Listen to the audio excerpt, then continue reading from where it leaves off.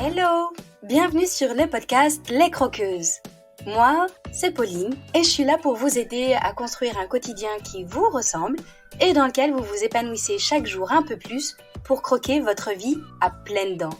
Dans les épisodes, seul ou avec mes invités, je vous partage des réflexions, des astuces, des inspirations et des outils pour vous remettre en mouvement. Le tout avec ma bonne humeur et beaucoup de pétillance, comme d'habitude. Allez, c'est parti, préparez-vous, on y va. Aujourd'hui, j'accueille mon ami Fans. C'est un épisode un peu spécial pour moi, puisque Fans et moi, nous nous connaissons depuis le lycée, à Saint-Malo, qu'on a pas mal cheminé toutes les deux, qu'on a été témoins à nos mariages respectifs, et ce qu'elle partage à mon micro me touche énormément. Faire le montage, en fait, c'était pour moi hyper intense et j'en suis encore tout émue et pleine de gratitude. Vous verrez, elle dévoile une partie douloureuse qu'elle a traversée avec le décès de son bébé. Ça fait maintenant plusieurs années, et avec le recul, elle a pu témoigner de son parcours. Et comme d'habitude sur le podcast, on met en lumière les enseignements et la reconstruction, malgré l'épreuve, malgré la douleur, malgré le tunnel. Et Fans a fait preuve de beaucoup de résilience. Je précise également que nous avons enregistré cet épisode en direct dans une pièce qui n'était pas optimale, alors d'avance, je suis désolée pour la résonance de l'enregistrement. J'espère qu'il ne gâchera rien à votre écoute. Allez, je vous laisse tout de suite découvrir la passeuse de messages.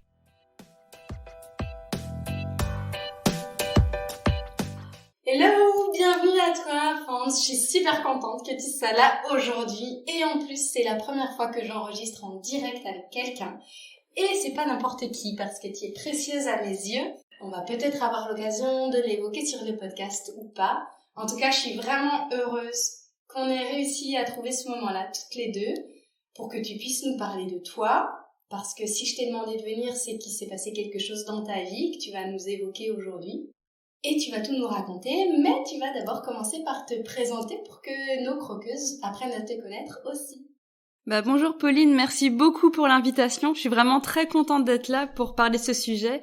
Ça fait un petit bout de temps qu'on devait le faire, donc là on a réussi à se caler, c'est super. Donc je m'appelle Fans, mes parents sont d'origine malgache, moi je suis née en Bretagne.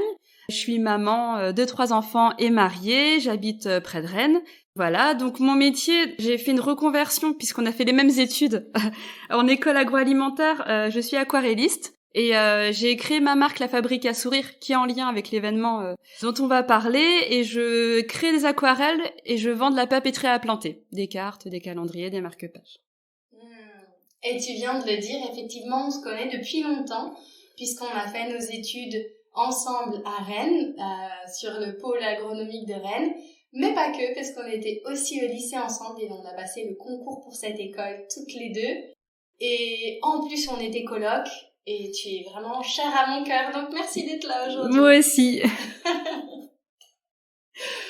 Donc maintenant qu'on sait un peu que nos liens ne se résument pas qu'à cet épisode de podcast, que tu as un cursus agroalimentaire, mais qu'aujourd'hui tu fais de l'aquarelle, est-ce que tu peux nous raconter un petit peu ce qu'il en est pour toi, ce qui s'est passé pour toi dans ta vie et ce que tu avais envie d'évoquer aujourd'hui sur le podcast? Alors du coup, après nos études, j'ai une vie professionnelle assez classique puisque j'étais en spécialité marketing, donc je travaillais pendant 15 ans en marketing, en communication. Et en 2019, du coup, j'ai un événement qui a complètement changé ma vie, puisque je suis tombée enceinte de notre 3e garçon. C'était une grossesse surprise parce que je suis tombée enceinte sous stérilet en cuivre. Donc on était très heureux, on a voulu le garder parce qu'on était dans une phase où agrandir notre famille, ça tombait bien. Moi, c'était mon rêve d'avoir 3 garçons, donc c'était un peu un rêve qui se réalisait comme ça. J'étais sur mon nuage, c'était super et malheureusement on a perdu ce bébé à la naissance, donc il est né vivant et il a vécu 30 minutes. Voilà, donc c'est ce qu'on appelle le deuil périnatal, c'est la perte d'un enfant soit en cours de grossesse, soit pendant les premiers jours de vie et cet événement m'a complètement transformée par la suite. Est-ce que tu as envie de nous expliquer un petit peu ce qui s'est passé pour toi et qui fait que malheureusement vous avez perdu ce bébé? Donc je suis tombée enceinte donc sous stérilet, un stérilet qu'on n'a pas réussi à m'enlever. Donc on m'avait dit qu'à l'époque que c'était pas grave, on pouvait accoucher avec le stérilet, il y avait pas de souci. Mais c'est très très rare, il y a une contamination par corps étranger avec le stérilet et la poche des os. Donc ce qui a contaminé la poche des os et qui l'a fissuré, qui a provoqué une perte des os et donc qui a déclenché l'accouchement. Et en fait, moi, très naïvement, je ne savais pas. Enfin, pour moi, avant 3 mois, on faisait une fausse couche. Il y avait la prématurité, on accouchait, mais entre les deux, il se passait rien. Enfin, c'était pas du tout dans mon champ des possibles. Et donc, mon accouchement s'est déclenché à 4 mois et demi. Et du coup, j'ai fait un déni d'accouchement parce qu'en arrivant à la mater, je ne savais pas que c'était des contractions de travail et je savais pas que ça pouvait être possible. Et donc à ce moment-là, on m'a dit vous allez accoucher, mais à ce terme-là, on ne va pas le réanimer, donc on va le laisser on va laisser son petit cœur s'arrêter et il va décéder. Donc ça a été hyper violent. Donc il a fallu accepter ça et après s'en est suivi plein de phases qu'on n'imagine pas du tout à ce moment-là dans une phase où on est plutôt en recherche de nounou et de déco.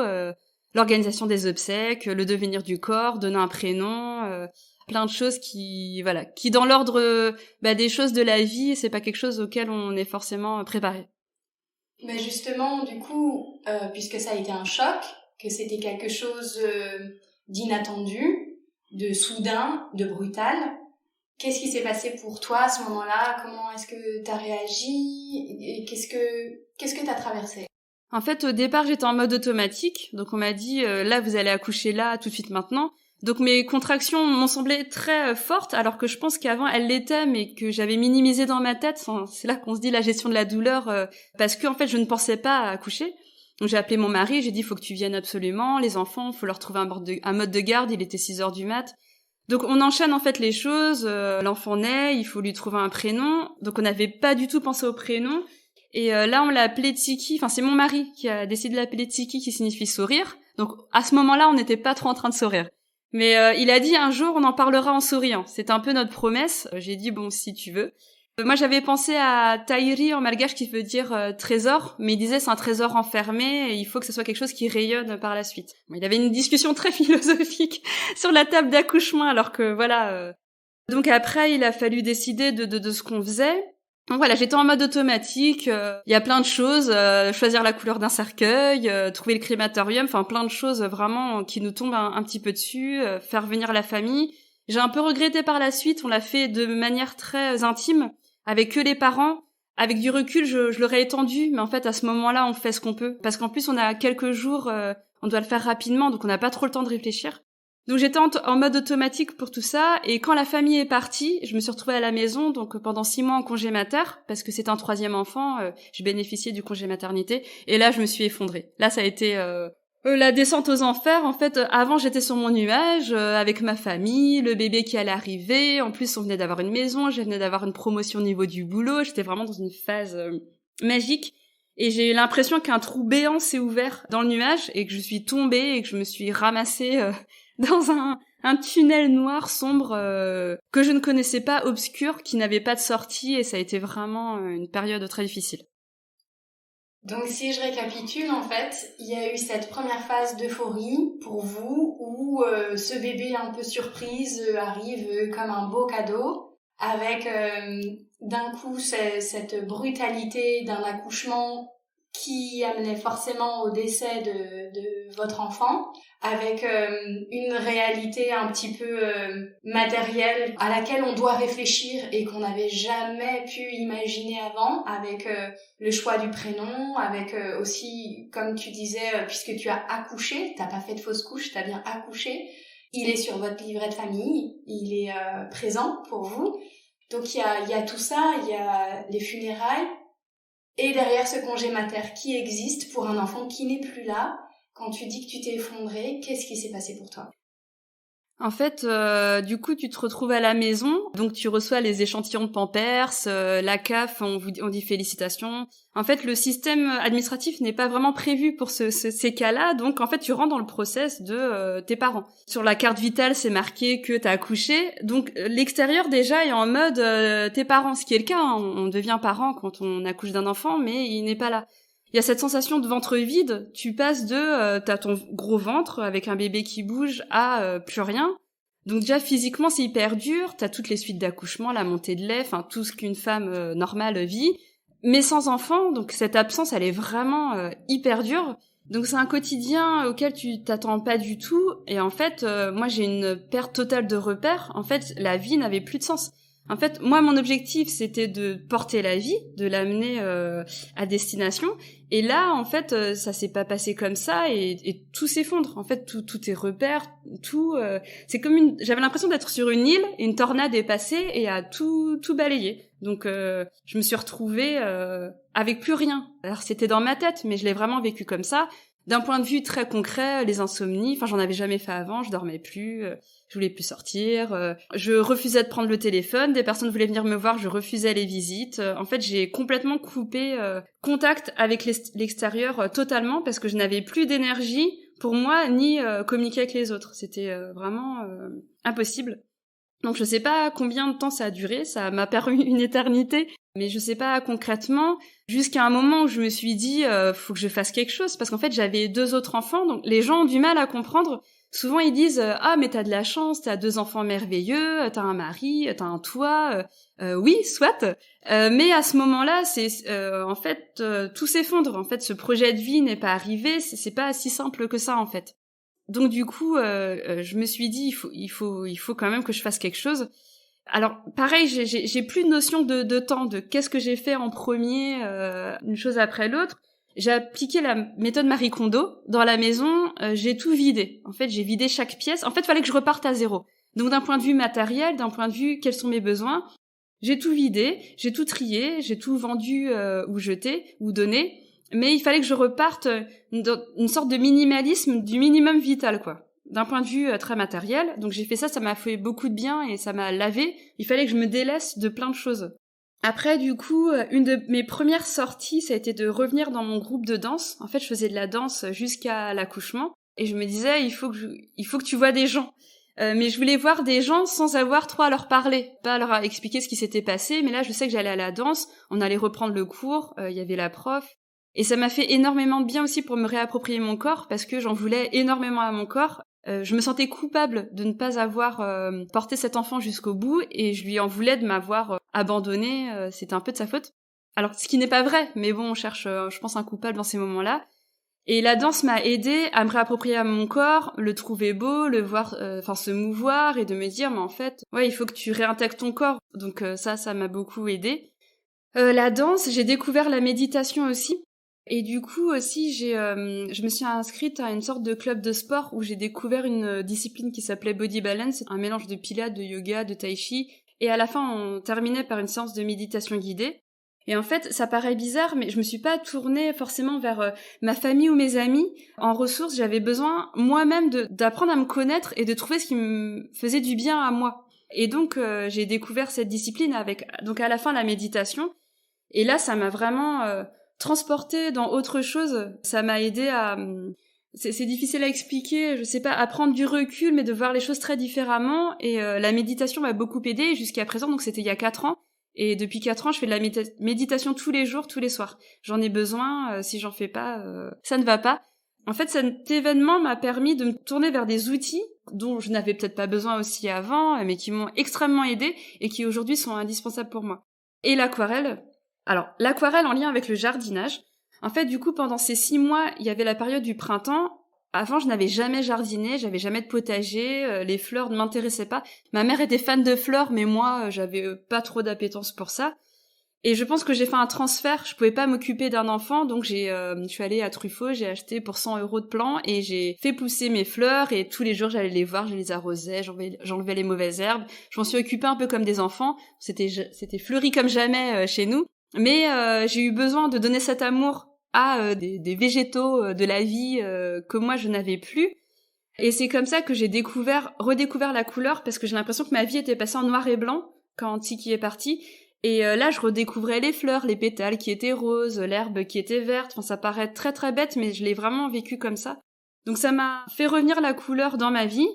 Ça m'a permis de me rendre compte que j'étais capable de faire grandir quelque chose, parce que j'avais l'impression que j'étais nulle, qu'en fait mon rôle de mère, en fait, je l'avais pas du tout assumé. Donc il a fallu que je reprenne confiance en moi. Et le fait de le faire par la terre, par me salir les mains, et ben ce contact vraiment avec la terre m'a fait beaucoup de bien. Et l'aquarelle a été dans la continuité. C'est arrivé après, mais c'est toujours cette idée de la couleur, de l'eau aussi, qui est un élément que j'adore, et de pouvoir créer à partir d'une feuille blanche recréer de la vie en quelque sorte à partir de rien en fait, et de laisser aussi aller ses émotions, ce que dans mes métiers précédents je n'avais pas du tout utilisé. J'avais des métiers où j'utilisais des compétences plutôt de gestion, tout ça. Mon hypersensibilité était même plutôt je le voyais plutôt comme une faiblesse ou un frein même professionnel. Et là, je l'ai laissé émerger et je l'ai utilisé et c'est beaucoup plus présent dans ma vie. Donc voilà, cet événement m'a transformée et je suis plus la même. Évidemment. Du coup, j'ai envie de revenir sur plusieurs choses que tu as dites, notamment ce besoin de te reconnecter aux plantes, à la terre, à des choses très spécifiques de notre vie incarnée sur Terre, et cette connexion avec le vivant dans certaines traditions préservées, notamment les traditions amérindiennes, moi qui sont vraiment chères à mon cœur et qui m'initient très fortement. Il y a toujours ce respect immense pour le vivant. Et donc cette forme de connexion avec le vivant est une forme de méditation beaucoup et de spiritualité vraiment très incarnée. Et dans l'aquarelle, tu parles aussi de l'élément eau. Il y a aussi dans ces traditions une immense connexion avec les 4 éléments, donc la terre, l'eau, là tu viens d'en nommer 2. C'est aussi une façon, dans mon regard, dans le regard que moi je porte, de revenir pleinement à cette vie sur Terre que tu étais en train de vivre, sans partir dans cette souffrance extrême qui te coupait vraiment de ce que tu étais en train de vivre sur Terre, et notamment en lien avec tes 2 enfants. Et j'aime beaucoup cette idée de pouvoir laisser aller pleinement tes émotions à travers l'aquarelle et leur laisser une place en fait, et les rendre légitimes. C'est vrai qu'en fait, j'avais pas cette connexion à la nature avant cet événement parce que on a tous des vies très remplies. J'avais un métier que j'adorais, mais j'étais dans un rythme assez effréné. On n'a pas le temps de prendre du recul et de regarder ces petites choses. Et cet événement, le fait d'avoir eu 6 mois sans travailler, j'avais le temps de faire de l'introspection. Et du coup, de me pencher sur les petites beautés et l'émerveillement de la vie, pour moi, alors ça paraît comme ça un petit peu bête, mais ça a été vraiment une révélation. C'était quelque chose de très nouveau pour moi. Et cette reconnexion, donc je l'ai vécue, mais j'en avais besoin parce qu'en fait, si je ne le faisais pas, je me perdais en fait. Je partais dans la noirceur et voilà. Et pour rebondir et pour repartir, il m'a fallu ça, de passer par cette matière pour après pouvoir, entre guillemets, s'élever un petit peu plus. Mais oui, il y a eu cette sorte de... comme tu dis, j'étais sur mon nuage, je suis tombée par terre. Quand je reprends cette image de tunnel que j'ai dû traverser, qui était noir, qui sentait pas bon, je savais pas où était la sortie, je me disais, mais je vais jamais m'en sortir, je vais rester là toute ma vie. J'ai avancé, et après j'ai eu l'impression de voir une sortie vers un jardin fleuri, avec ce jardin, ces fleurs, cette terre, l'air, et puis après de pouvoir me reconnecter à la vie normale et de retrouver une vie sociale qui j'ai pris un petit peu de temps avant de me reconnecter à la vraie vie, parce que il a fallu que je passe par toutes ces étapes, moi d'abord, avant de reprendre le train de la vie. C'est comme si, aussi intense et douloureux ça ait pu être, cette période-là, ce tunnel que t'as traversé, t'as appris à te connaître toi, à savoir comment tu fonctionnes intimement, avec notamment ce besoin immense de la méditation, pour pouvoir créer quelque chose de plus coloré ou peut-être à ton image derrière. Oui, c'est vrai qu'en fait avant j'étais quelqu'un de très extraverti, très en lien avec les autres, je détestais la solitude, c'était affreux pour moi, même ça me paniquait. Le fait d'être seule, j'avais toujours besoin d'être entourée. Là, j'ai été seule, pas par mon choix, ça s'est présenté à moi, mais effectivement, j'ai appris à me connaître, mais vraiment profondément, pas en surface, sur la fente ce qu'on connaît, mais de m'apprendre moi, à me connaître moi, et c'est super important pour aussi donner aux autres, pour mes enfants, ma famille, mes amis, mais oui, ça a été une grosse période pour apprendre à me connaître, et d'aujourd'hui... je veux vraiment transmettre ce message pour les personnes qui vivent quelque chose de difficile, que ce soit le deuil périnatal ou autre chose, mais qui sont dans cette période-là où on a l'impression qu'il y a aucune issue, que ça va jamais aller, qu'on se dit pourquoi ça m'arrive à moi, j'ai pas mérité ça, et ben si, à un moment ça ira mieux, mais il faut trouver ses propres outils. Moi ça a été cela, mais pour d'autres personnes ça peut en être d'autres, mais il faut cette période-là pour aller chercher, creuser au fond, aller trouver ça et après partir sur autre chose. Et ce message-là, je l'ai pas vraiment entendu quand ça m'est arrivé. Parce qu'en fait, j'ai lu beaucoup de livres de personnes qui ont vécu cet événement, mais qui étaient encore dans la douleur. Et j'aurais aimé avoir ce message d'espoir à ce moment-là, donc j'aimerais, s'il y a quelques personnes qui l'entendent, mais de dire oui, un jour ça ira mieux, mais il faut passer par des moments un peu difficiles avant. Merci beaucoup pour ce que tu partages là, parce que ça résonne très fort pour moi, parce que c'est le pourquoi du podcast, en fait. Ce podcast-là, moi-même, j'aurais eu besoin de celui-là, j'aurais eu besoin d'entendre ça, j'aurais eu besoin d'entendre que après la douleur, après l'épreuve, après ce côté noir, il y a une nouvelle lumière, et évidemment, on est différent. Quand on traverse ce tunnel, la fin de ce qui était avant et la fin de ce qu'on est sorti, c'est pas la même. Elle est riche d'autres choses, elle a perdu quelque chose certes, mais elle a gagné autre chose derrière. Et il y a quelque chose qu'on peut reconstruire derrière. Et c'est vraiment le pourquoi du podcast. Quelle que soit l'épreuve, la souffrance ou ce qui est traversé, et aujourd'hui c'est le deuil périnatal, c'est derrière, il n'y a pas rien, et on s'en sort. Et puis je suis persuadée qu'il y a une raison, il y a une raison à tout, mais quand ça nous est arrivé, c'était vraiment extrêmement difficile, mais maintenant, alors on peut donner les symboliques qu'on veut, mais c'est un petit ange qui est avec nous, qui nous a montré un autre chemin, et Chris, mon mari, a eu raison de l'appeler Tic, parce qu'aujourd'hui, je peux en parler avec le sourire, ce qui n'était pas du tout le cas, même il y a 2 ans. C'est des petites, des rencontres, des choses qui arrivent sur notre chemin, et puis qui nous mènent vers autre chose, mais au moment où ça arrive, on m'avait parlé de cadeaux mal emballés, de tu verras plus tard. Mais à l'époque, c'est hyper dur à entendre. En fait, on a envie de dire, mais vous vous rendez pas compte de ce qui m'arrive là, tout de suite maintenant. Je suis pas vraiment dans cette dynamique-là. Mais c'est vrai. Avant d'arriver à cette reconstruction, il faut passer toutes les étapes préalables. Mais c'est possible. C'est comme l'échelle de Elisabeth Kübler-Ross, justement, qui montre qu'il y a cette première partie, le choc, le déni, la colère, la dépression, où vraiment, avec cette courbe-là qui tombe, comme si on tombe dans le fond de la piscine, et une fois qu'on est tout en bas et qu'on a vécu tout ce processus-là, on peut commencer à remonter, justement, étape par étape. C'est comme si on prend appui sur le fond de la piscine et que tranquillement on remonte en fait vers la surface, qui nous amènera peut-être une lumière différente. Et il faut surtout accepter aussi de se faire aider. Si c'est un petit conseil, donc je disais que j'ai coupé les liens avec tout le monde et que je me suis vraiment concentrée sur moi pour trouver mes outils. Mais par exemple, dans le cas du deuil périnatal, il existe des associations. Moi, je l'ai connue 1 an après. J'aurais aimé aussi la connaître en sortant de la maternité. Donc, il y a l'association Spama sur Rennes, mais il y en a plein d'autres. C'est bien aussi d'aller dans ces groupes de parole pour parler avec des parents qui vivent la même chose, qui vivent les mêmes étapes. Parce que à l'extérieur, c'est un petit peu compliqué d'expliquer tout ce qu'on traverse. Et il y a un tabou autour de ça. Les gens sont pas forcément prêts à attendre. C'est hyper dur aussi comme type de récit. Donc, de pouvoir en parler avec des pairs ou des personnes qui vivent la même chose.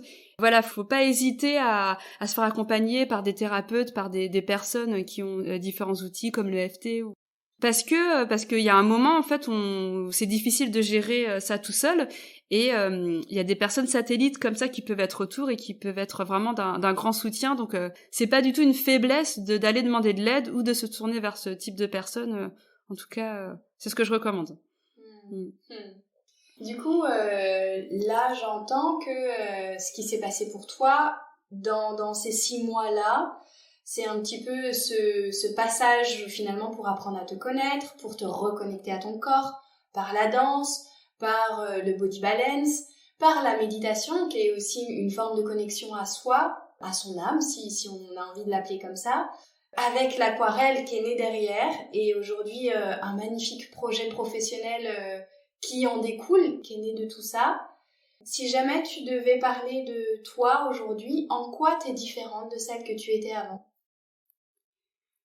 C'est une grande question, mais je pense que en fait, ce qui m'a permis de devenir mère aussi. Alors pourtant, j'avais deux autres enfants avant. Je dis pas que j'étais pas une mère, mais il m'a fait passer un cap. En fait, je vois la vie la vie est complètement différente. Je vois pas du tout la vie de la même manière. Je me rends compte de ce qui est important. Je vois plus du tout la vie de la même manière. Voilà, j'arrive pas trop à expliquer, mais je suis plus du tout la même. C'est comme si t'avais mis des lunettes différentes qui te font voir la vie d'une autre couleur. C'est ça. Je vois les choses différemment. Je vais plus m'attacher aux relations avec les gens, à l'énergie qui circule entre tout le monde. Enfin, des choses que j'avais par intuition avant, mais que peut-être j'assumais moins qu'aujourd'hui. Et maintenant, je vis la vie comme moi je veux la vivre et pas comme la société veut aussi qu'on nous l'impose ou nous l'a montré. J'ai pas d'exemple concret, mais je m'assume beaucoup plus moi sur mes croyances. Et j'ai une vie, je vis ma vie vraiment plus en pleine conscience aussi.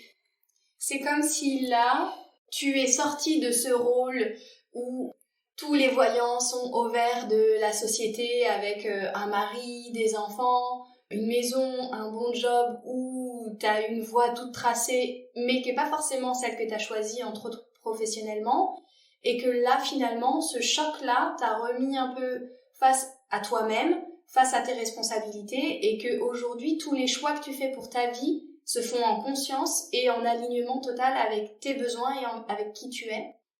Oui, je pense que tu l'as très bien formulé. Je pense que c'est ça, et même professionnellement, la fabrique à sourire. Donc, je fais des aquarelles. En fait, je veux passer un message par mes aquarelles. Je veux passer mes émotions et un message d'espoir. Et quand les gens disent, en regardant votre aquarelle, on a l'impression de ressentir ce que vous voulez faire passer. Bah oui, c'est vraiment ça. En fait, c'est passeur de messages. C'est que, en fait, entre nous, on doit se passer des messages d'espoir, de réconfort, d'amour, de félicitations, de plein de choses. Et donc, c'est une entreprise. C'est un projet professionnel, mais il y a des valeurs derrière, des co-responsabilités de nature. Et donc oui, effectivement, tous mes choix aujourd'hui sont vraiment, comme tu le disais, en alignement avec mes valeurs et non pas parce qu'il faut faire ça. C'est totalement différent. C'est plus pour répondre aux injonctions de l'extérieur. C'est ça. C'est pour t'épanouir toi. Moi et les autres. C'est de créer du lien aussi et de créer ce lien entre tout le monde. Créer ce lien entre tout le monde. J'aime beaucoup. Du coup, si ça te va, on va conclure sur ces jolis mots, justement, passeurs de messages et créer du lien entre tout le monde. Et si t'es prête, eh bien c'est le moment aussi du quiz de fin. Parce que moi je suis une grande gourmande et que je crois qu'une bonne partie de mes invités ont beaucoup de plaisir aussi en lien avec la nourriture et avec les sens. Cette idée qui est cruciale pour moi, un peu comme ce que tu disais là, de connexion par le toucher. Je pense que quand t'étais les mains dans la terre, il y avait peut-être aussi de ça. Et moi, dans cette idée de vie incarnée, c'est le plaisir par le toucher et par les sens. Et donc, la gourmandise tient une grande place dans ma vie. Donc, si tu es prête, je te pose quelques questions spontanées. Tu réponds la première réponse qui te vient en tête. C'est parti. Ok. Alors, première question. Quel est ton péché mignon ? La gourmandise qui te fait des beaux yeux doux et à laquelle tu peux pas dire non. Bon, c'est les pâtisseries en général. Par exemple, le millefeuille avec une bonne crème pâtissière à la vanille de Madagascar, bien avec les couches croustillantes. Ça, j'avoue que je peux pas résister. Évidemment, la vanille de Madagascar, ça change. Oui, voilà, c'est ça. Si ta vie pouvait se manger, ce serait quel plat ? Il y a tellement de plats, mais en ce moment, je suis enceinte et je mange que des crêpes. On a une bilique à la maison et je ne veux manger que ça. Donc voilà, ça c'est très breton, mais c'est le truc du moment, les crêpes. Oui, c'est très breton et c'est très propre à toi de ce mélange des cultures en fait, puisque dans cette association de mélanger, t'as parlé des couleurs, on mélange les couleurs à l'aquarelle, tu mélanges les cultures et tu mélanges les plats, ce qui te rend unique. Est-ce que t'es plutôt thé, café, bière, eau, vin ? Infusion, tisane, infusion, voilà, ça me fait du bien, matin, midi, soir, toute la journée. Est-ce que t'es plutôt radis, hamburger, falafel ou bourguignon ? Un burger, quand même. Voilà, c'est un bon burger avec plein de garnitures différentes, mais ça fait toujours plaisir. Un classique qui réconforte. Ouais. Et moi, ma gourmandise, c'est le chocolat. Est-ce que toi, t'es plutôt chocolat noir, chocolat lait ou chocolat blanc ? Chocolat noir. Chocolat noir. Quand j'étais petite, c'était chocolat au lait, mais maintenant noir tout le temps. Ok, super. Eh ben, on arrive au bout de cette interview. Un grand merci, Fanz, mon ami, d'être venu aujourd'hui parce que c'était assez émouvant pour moi. Moi aussi. Mais je suis très contente d'en avoir parlé. Merci de m'avoir donné l'opportunité d'aborder ce sujet. Et j'adore ton podcast parce que toutes les histoires, on peut s'y retrouver, même si on n'a évidemment pas vécu la même chose, mais on n'est pas obligé aussi de traverser quelque chose de difficile pour passer par ces phases-là. Et donc, c'est toujours porteur d'espoir. Et merci aussi pour ton podcast. Merci. Eh bien, si on veut te retrouver, comment est-ce qu'on fait ? Donc je suis sur Instagram, La Fabrique à Sourire avec un S, sur Facebook, sur LinkedIn. N'hésitez pas à m'envoyer des messages, je réponds avec plaisir. Voilà, j'aime échanger, donc voilà, si vous avez des questions, n'importe quoi, je serai très heureuse d'échanger avec ta communauté. Eh bien, merci beaucoup, Fanz, et bonne journée à toutes les croqueuses. Bonne journée à toutes.